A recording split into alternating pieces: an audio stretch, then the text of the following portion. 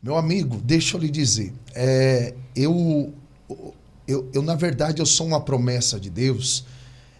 Minha mãe não podia gerar filhos, né? Minha mãe não podia gerar filhos.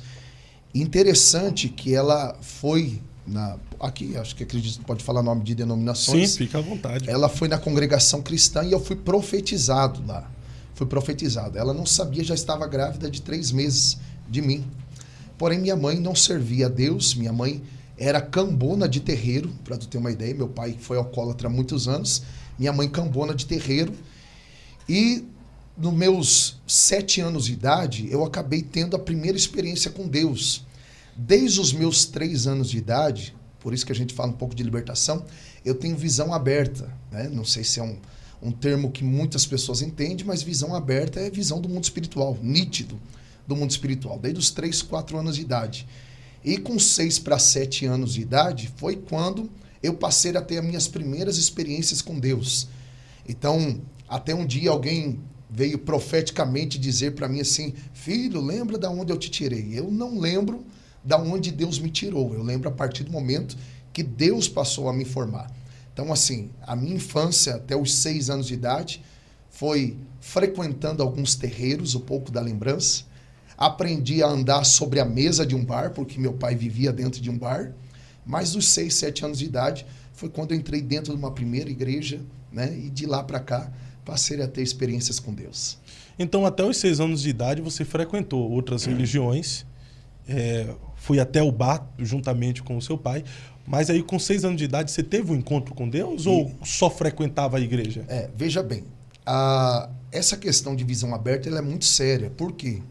Porque você vê tanto os dois lados do mundo espiritual. O que é bom. Primeiro, o que seria uma visão aberta? Só para a gente entender. Visão aberta é literalmente uma visão do mundo espiritual. O que acontece, até um termo que a gente usa na área de libertação chamado mundo inverso, né? O que é o mundo inverso? Para muitos acho que é uma questão de série, de coisa televisiva ou da internet. Não, é o mundo espiritual literalmente ativo. É como se fosse premonição? Premonição, demônios, anjos. Eu passei a ter essas primeiras experiências. Eu me lembro a experiência mais nítida que eu tive quando criança na minha vida. Eu tinha 4 anos de idade. Eu vi um grupo de seres pulando o muro da nossa casa, nos fundos de casa, e eles entrando dentro do canil de uma cadela que nós tínhamos, uma cachorra, que era muito grande, lembro até hoje, a Laika, e esse canil era muito grande, e esse grupo de seres entrava dentro desse canil, e dentro desse canil eles começavam a cantar pontos que eu ouvia dentro do terreiro quando eu era criança. Por que minha mãe, alguém ou minha família levava de certa forma algumas vezes no terreiro? Porque eu era muito doente, né? Eu tinha bronquite asmática, tenho asma crônica, né? Então a mãe levava para fazer garrafada. No bairro a minha mãe era conhecida um pouco como bruxa, porque ela fazia remédio, medicamento caseiro para a galera. E foi quando eu tive a primeira experiência, a primeira visão. E eu comecei a gritar no terreno de casa. Eu vi aquele grupo de seres entrando. A minha mãe não tinha autoridade, não entendia possibilidade alguma de como expulsar aqueles seres de lá do terreiro.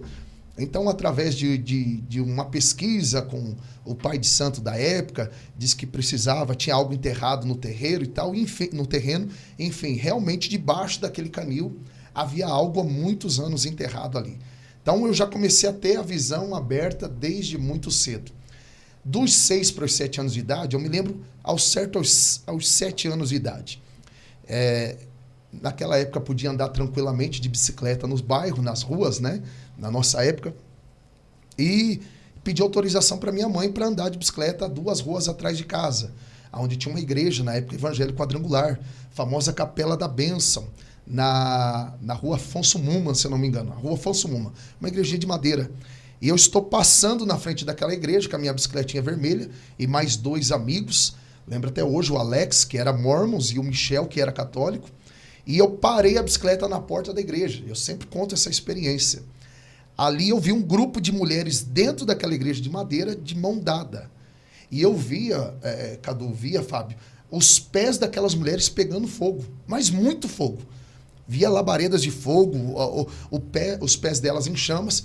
E eu lembro até hoje, eu estava com shorts, uma regata, uma camisa cavada, e o chinelo do Seninha, lembra? Isso é bem antes que isso aí. Isso é bem antes. Emerson Fittipaldi. Isso é bem antes que isso. E aí, quando eu comecei a ter aquela visão, lembro até hoje, a irmã Marilu, que até há 4 quartas-feiras atrás foi me visitar na igreja, foi junto com o pessoal da igreja dela nos visitar, ela me pegou por debaixo dos braços e ela me ergueu e me trouxe até aquele grupo de mulheres e me jogou no meio daquela roda de irmãs. Quando ela me jogou no meio daquela roda de irmãs, as mãos delas, os pés delas estavam pegando fogo. Então ela começou a profetizar para mim. Eis que eu sou o Senhor, com 7 anos de idade. Eis que eu sou o Senhor que abri a tua visão desde muito cedo. Tenho eu um ministério contigo na terra. Vou eu te fazer profeta. Enfim, todas aquelas profecias. E dali passou a, de alguma forma, a se consolidar esse chamado, esse profetismo, né? Esse dom, vamos dizer assim, de visão aberta, de ministério, de cura, de libertação, desde muito cedo. A partir desse momento, com 7 anos de idade, 3 meses depois, eu lembro que em 99 só tinha uma mensagem para as igrejas que não aceitavam tanta teologia. Gente, esse é o último ano, vai acabar o mundo, 2000 está chegando. 2000 era... Era ou não era? O mundo ia acabar em 2000, né? O mundo vai acabar em 2000 e tal. E numa 1000 dessas... chegará, 2000 não passará. 2000 não passará, é isso mesmo. E aí a mensagem era muito simples também. E a mensagem de um senhor, lembro até hoje, um morenão pregando, disse, quem quer aceitar Jesus? E eu com 7 anos de idade tive esse entendimento, dia 19 de janeiro de 1999, 3 meses depois, com 7 anos de idade, eu já estava recebendo o batismo com o Espírito Santo. Uau! Desde muito cedo. Bem cedinho mesmo, são experiências incríveis. Então o mundo espiritual, ele é real, porque hoje uma geração cética, ateísta, incrédula, e falar da existência de um mundo espiritual é meio que nadar contra a maré. Muitas pessoas não acreditam nessas manifestações sobrenaturais do mundo espiritual. Geralmente elas atribuem as tragédias, o caos, a destruição de alguém a escolhas humanas, as decisões equivocadas dos seres humanos ou o acaso, ou mera coincidência. Mas você acredita que muitas coisas que refletem no nosso mundo físico é aquilo que aconteceu no mundo espiritual? Com toda certeza, Fábio, não tenho dúvidas disso. O apóstolo Paulo nos apresenta também os níveis de guerras, de batalhas que nós vivemos, né? Se você analisar Efésios capítulo número 6, a partir do versículo número 11, parece até de praxe, clichê, o texto ser usado. Mas ali apresenta-se uma hierarquia, né? Primeiro ele diz para se revestir contra as ciladas do diabo. Parece ser uma pirâmide. Na ponta, diabo, depois potestades, depois, principados, que é governo, depois potestades, poderes das trevas e hostes malignas. Cada um desses age de alguma forma no mundo espiritual para que seja ativo no mundo físico. Isso nós não temos dúvida. Há até uma preocupação ou uma colocação que o sábio Salomão coloca em Eclesiastes sobre o romper do muro e o perigo de uma serpente lhe morder, né? Isso ali trata literalmente sobre o mundo espiritual. O romper o muro, abrir algumas brechas. Quando nós falamos de brechas que são abertas no mundo espiritual, seja através de pecado, seja através daquilo que eu falo, seja através daquilo que eu penso, algumas coisas no mundo espiritual eu atraio como guerra sobre a minha vida. Por exemplo, as hostes malignas que prestam obediência de alguma forma aos principados, aos governos espirituais, acabam agindo muitas das vezes naquilo que eu falo, naquilo que eu ajo.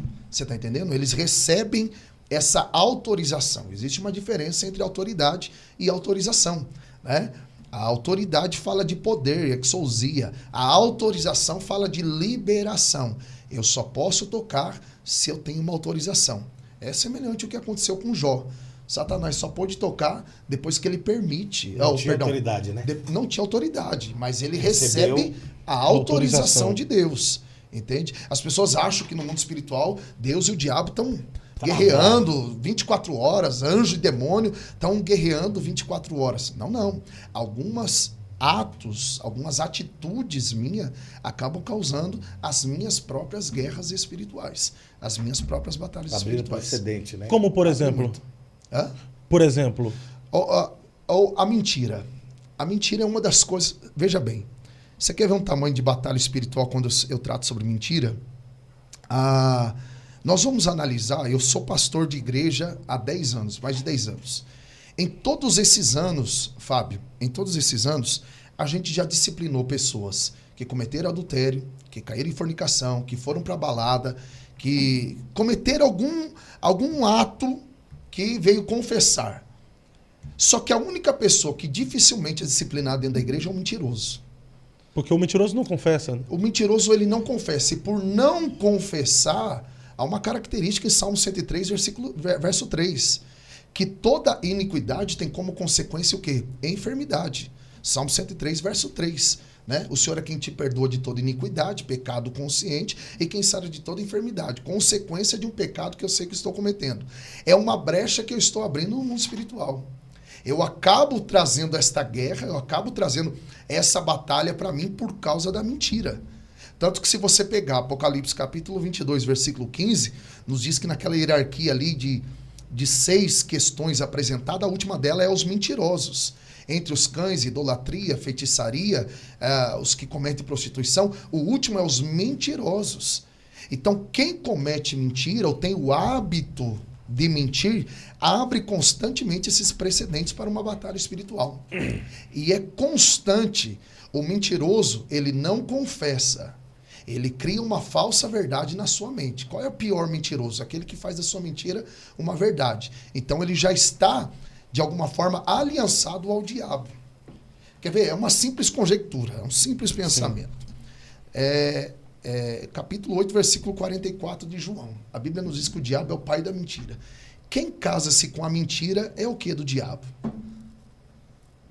Dentro de um casamento, eu tenho meu sogro, eu sou genro dele. Querido, o grau de parentesco com o diabo é muito próximo para o mentiroso. Você está entendendo? Então, dentro do mundo espiritual, muitas coisas eu atraso na minha vida por causa da mentira. Então você diz que a mentira abre precedentes para possessões demoníacas. Com toda certeza. Mas a Bíblia também diz que aquele que diz que não mente comete pecado. É isso que a Bíblia diz? Tem um versículo que diz que aquele que diz que não mente comete pecado? Tá em João, né? Aquele que não comete, aquele que diz que não comete pecado, mente. Aquele que não... É o contrário, né? É o contrário. É o contrário. A pegadinha teológica agora. Entende? Não, mas enfim, aquele que mente, então, ele abre precedente para possessões demoníacas, certo? Sim. Mas existem outras brechas que o ser humano dá para possessões demoníacas também? Veja bem, dentro da batalha espiritual, quando nós falamos e muito sobre batalha, sobre guerra espiritual, há uma questão, além da mentira também, alguns relacionamentos extraconjugais, né? A pessoa... quantas vezes eu já tive ministrando libertação, eventos de libertação, e pessoas acabarem manifestando, não dependendo de entrevista com aquele que está possesso, mas você nitidamente saber que é uma entidade espiritual que foi pago para fazer um trabalho para destruir aquele casamento. Um exemplo que o brasileiro gosta de dar nome a entidades, né? Uma pombagira, que é paga dentro das suas ramificações, a Maria Padilha, a Sete Saias, tanto desses aí, e acabam sendo pagas, mas o camarada ou a mulher acabou abrindo uma brecha para que alguém entrasse na vida dela, para que alguém entrasse na vida dele. É o exemplo do que, acho que capítulo 8, capítulo 9 de Eclesiastes nos diz: quem abre ali a brecha no muro, a cobra vai morder, a serpente vai morder. Ô Diego, deixa eu só me meter na conversa aí. Sobre essa parte que você falou da brecha e da possessão, que você abre brecha no relacionamento e tal. Não sei se você comunga da mesma ideia que eu, você, o Fábio, que Gênesis 6 tem ali a primeira possessão demoníaca, né? Não sei se você concorda. Porque o que diz o texto? Os filhos de Deus casaram com as filhas dos homens. E aí, nesse mesmo capítulo, Deus, após esse ato, versículo 3, Deus retira o espírito dele. E aí nasce gigantes, que é uma deformidade de um jugo desigual. Não sei se você caminha por essa linha teológica. Então, na minha humilde opinião, claro, libertação não é minha área, mas a gente estuda a Bíblia como um todo. Eu acredito que em Gênesis 6 há uma possessão demoníaca, porque se o Espírito de Deus saiu, Vagou, né? Se o Espírito Santo de Deus sai, qual outro espírito que pode estar ali? Primeiro que as filhas dos homens eram as descendências de Caim, os caimitas. Os filhos de Deus, descendentes de Sete. Dessa junção, você não acredita que ali houve a primeira possessão demoníaca e por isso, por essa associação com o mundo, houve com o mundo espiritual, né? De um descendente para o outro, houve essa possessão demoníaca que nasceram os gigantes? O que você... A brecha, com certeza, foi o acesso, né? Esse acesso. Foi uma chave para na Terra que o portal fosse aberto. Né? Para que o portal... Tanto que há uma crença, né? Dos judeus, né? Principalmente nessa questão oh meu Deus, a gente acabou de comentar sobre esse relacionamento, sobre ter o ato do coito acontecido, né, que uma das práticas também que se abrem brechas no mundo espiritual, dependendo muitas das vezes, é através do ato do coito, é através de uma relação sexual, né? Há até em muitas religiões, como exemplo, acontecia em Éfeso, como acontecia no meio dos gregos, né, com Diana, com as crenças de Artemis. Deus Baco, né, que eles prostituíam. Através da prostituição. Então, sempre houve essas manifestações através dessa brecha, dessa cova que de alguma forma foi aberta. É o precedente, né? É o precedente. Se abre, né? Para essa ação. Porque nessa linha teológica, inclusive o Jim Swaggart crê e prega isso, eu já vi pregações dele, li comentários que ele entende que quem teve relação sexual ou do nascimento do gigante foram os anjos, né? Que é uma ideia bem estapafúrdia teológica, porém respeitada. Então, eu acredito que e também Hebreus fala sobre isso, né? Que o leito seja sem mácula, porque uma vez que há uma mácula no leito, também você abre essa concessão aí que você falou para as manifestações, né, dos demônios na vida de alguém e para uma prisão, né, pornografia, que é a tal da porneia e essas coisas aí. Mas essa é a área do Diego, né? É porque geralmente eu penso que os espíritos malignos eles têm um propósito de escravizar o ser humano, sim. Mas primeiro começa por uma possessão, possuir, escravizar e, consequentemente, ele vem para deprimir. Isso. Não é verdade? E isso, de fato, começa através de brechas, pequenas brechas que nós damos para o mundo. Muita conversa com serpente, né? É muita conversa com serpente. Conversa muito com serpente. O maior problema sempre foi esse. E tudo é na conversa, né? As pessoas precisam aprender a calar a voz da serpente. E como calar a voz da serpente? Fábio, a gente que fala muito, de alguma forma, sobre oração e jejum, nem tudo, de alguma forma, mesmo que a gente, como cristãos, vive uma vida de jejum e oração, tentando viver uma vida regrada, uma das maiores características de calar de uma vez a voz da serpente é tendo autoridade para falar consigo mesmo. Autoridade para se ouvir. Veja bem, quando nós não temos vozes que nos motivam, nos entusiasmam, nós precisamos passar a acreditar na nossa própria voz. Nós precisamos dar ouvido para a nossa própria voz. Há 3 características interessantes que eu sempre cito. Primeiro, é a mulher do fluxo de sangue. A Bíblia nos diz que ela falou consigo mesma. Ela falou consigo mesma. A Bíblia nos diz no capítulo 15 de Lucas que o filho pródigo caindo em si. Sim. E também a Bíblia nos diz no capítulo 5 de João, o paralítico do tanque de Betesda, que ele ouviu a palavra e imediatamente se levantou. Então, como que eu calo essa voz da serpente? Eu tenho que muitas das vezes falar comigo mesmo, silenciar. É o solilóquio. Isso, até o senhor citou sobre isso ontem na igreja, né? Acreditar que eu posso silenciar essa serpente na minha vida, fazer como o filho pródigo, e muitas das vezes caindo em si, eu errei, eu falhei. Né? Assumir esse erro, essa serpente não tem mais poder sobre a minha vida, e a partir do momento que Jesus libera a palavra sobre a minha vida, eu imediatamente tomar uma atitude. E aí você embasado em tudo isso, toma aquela palavra que Jó disse, né? Determinando tu alguma coisa, Seja João 22, firme o 28. teu Isso. coração e a luz brilha. Não é que você determina sobre Deus, né? Não, nunca, Porque jamais. as pessoas, alguns, você pode determinar. Não, determina sobre você, sobre o que você vai ouvir, Sim. sobre o que você quer ouvir e sobre o tanto que você vai ouvir. É isso que o Diego está falando, né? A mulher do Suzano, se eu, Tão somente. tão somente, o pródigo disse, na casa do meu pai, ele não falou para ninguém, né? Sim. Falou para ele, na casa do meu pai, a abundância de pão e eu. Mas houve o choque de realidade, Houve né? choque. Caiu É o que eu em digo. si. Caiu em si. Foi a maior queda do pródigo. Uhum. É nesse momento que eu consigo silenciar a voz da serpente.